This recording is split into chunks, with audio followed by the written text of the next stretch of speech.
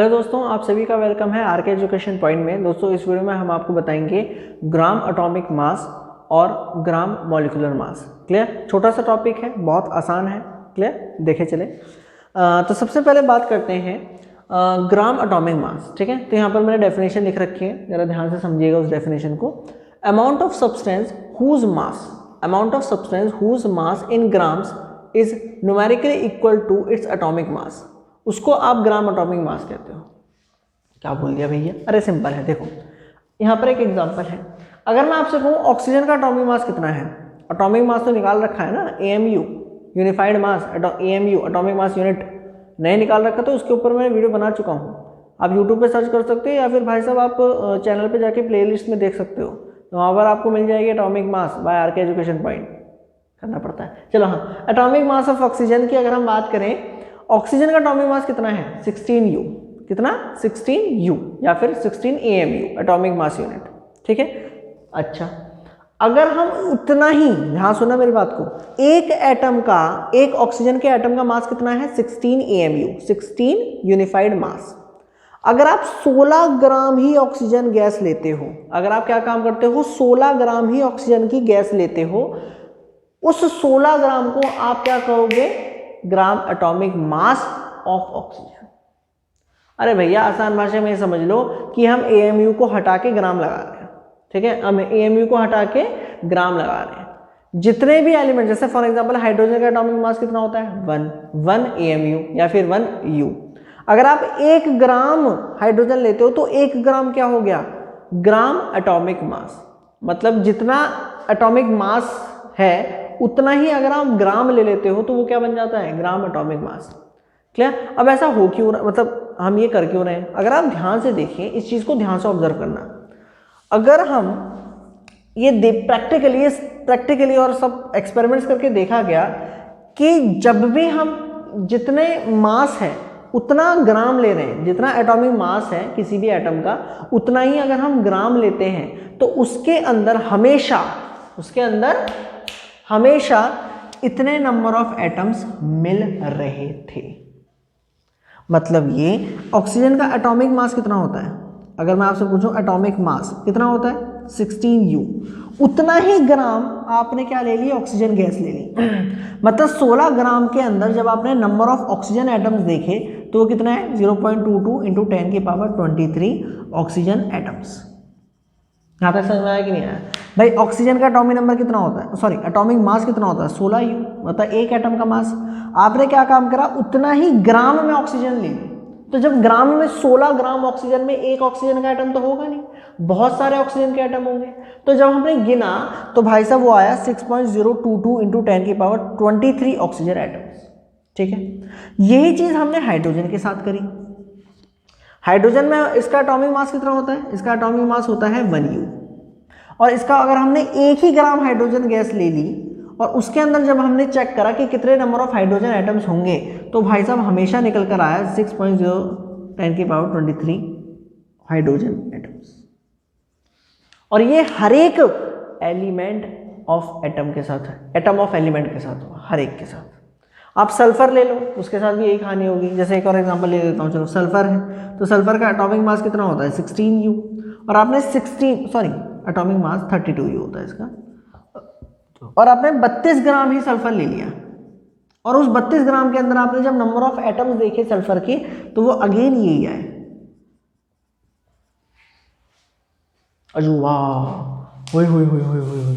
ठीक, मतलब ये कि अगर आप इसको कहते हैं ग्राम एटॉमिक मास, और हर एक ग्राम एटॉमिक मास में, ध्यान सुनो मेरी बात को, काम की बता रही है, हर एक ग्राम एटॉमिक मास में नंबर ऑफ जो एटम्स हैं वो हमेशा इतने आ रहे थे।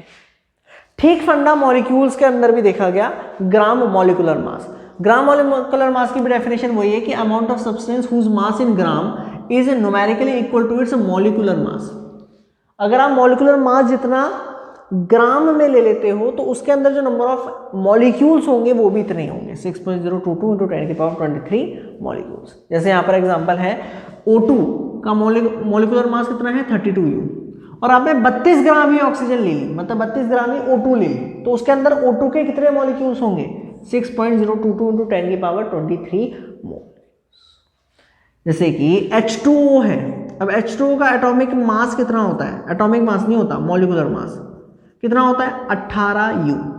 18 ग्राम आपने पानी ले लिया, 18 ग्राम आपने क्या ले लिया, पानी ले लिया, उस 18 ग्राम के अंदर कितने मॉलिक्यूल्स होंगे H2O के, दैट इज 6.022 इंटू 10⁻23।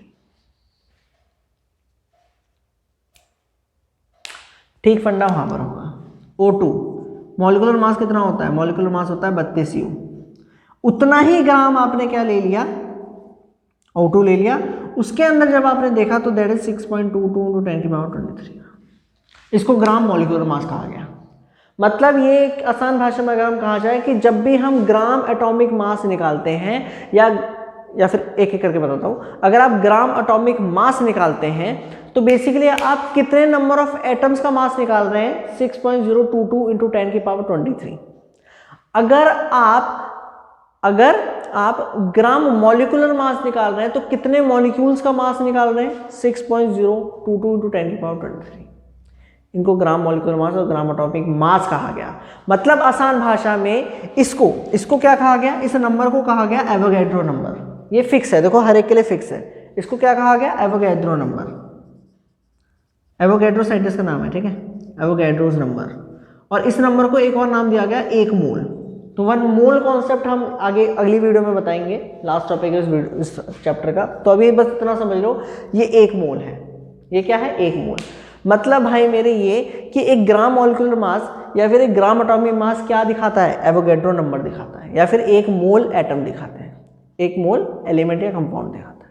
क्लियर है, ठीक है। अब ध्यान से समझना ऐसा हो क्यों रहा है, ध्यान से समझो कि 1 ग्राम हाइड्रोजन और 16 ग्राम ऑक्सीजन के अंदर नंबर ऑफ एटम्स इतने ही क्यों है। इसको एक एग्जांपल से समझ सकते हो, इसको एक एग्जांपल से समझो।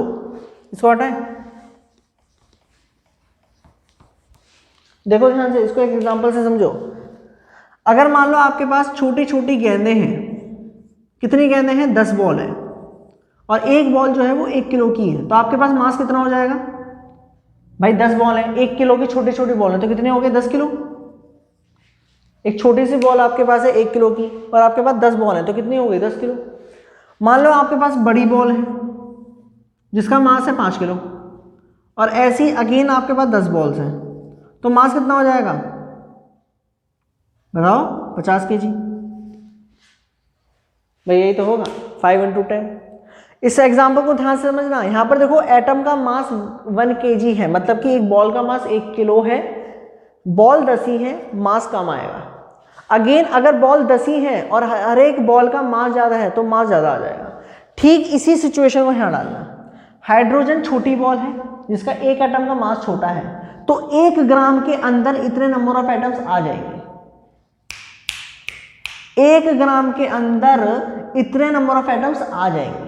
वहीं अगर हम बात करें, अगर इतने नंबर ऑफ एटम्स ऑक्सीजन के आते हैं तब भाई मास भी तो बढ़ जाएगा, नहीं आता भाई। ध्यान समझो ना, आपको इतने नंबर ऑफ एटम्स चाहिए, तो ये हाइड्रोजन का मास कम है तो 1 ग्राम में ही आ जाएगा, मतलब आप 1 ग्राम में ही कम हो जाएगा।